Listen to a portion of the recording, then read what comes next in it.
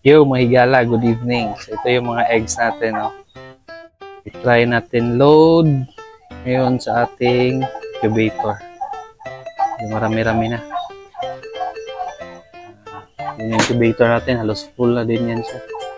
Yung incubator natin.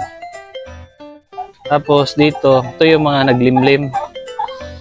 Overdue na kasi ito sila kakalimlim. So, nilipat muna natin dito. Tinanggal muna natin doon. Para makapag-breed na din sila. Makapag-mate. Tapos, another egg naman. So, ganyan lang yung cycle. Lipat natin sila dito.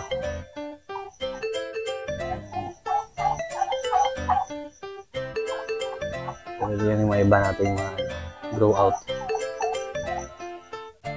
Tapos, dito din si Polo.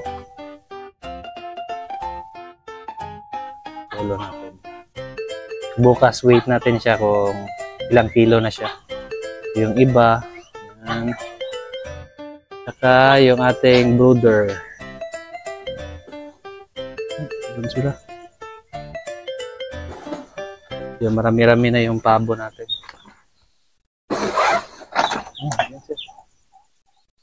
So that's it.